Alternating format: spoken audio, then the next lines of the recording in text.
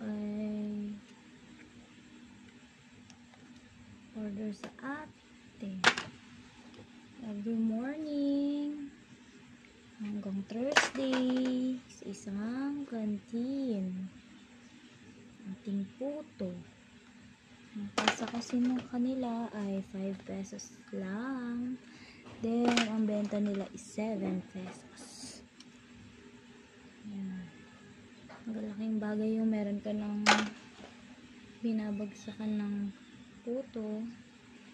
Kasi, mura mo man siya ibagsak. At least, meron ka ng siguradong kita doon. Yung matitira, lalo na yung matitirang iba, nas pasobra, yun na yung magiging retail mo. Mas malaki talaga ang kita kapag retail, kaya lang syempre, unsure naman kung mapapaubos mo or hindi. Unlike kapag meron ka ng pagbabagsakan everyday. Diba?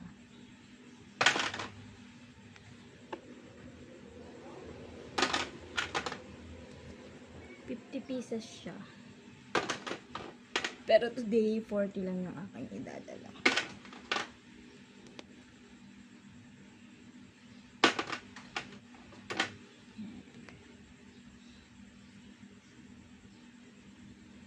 Hindi naman ganun ka-perfect ang aking puto, pero at least sure kong masarap kasi magatas.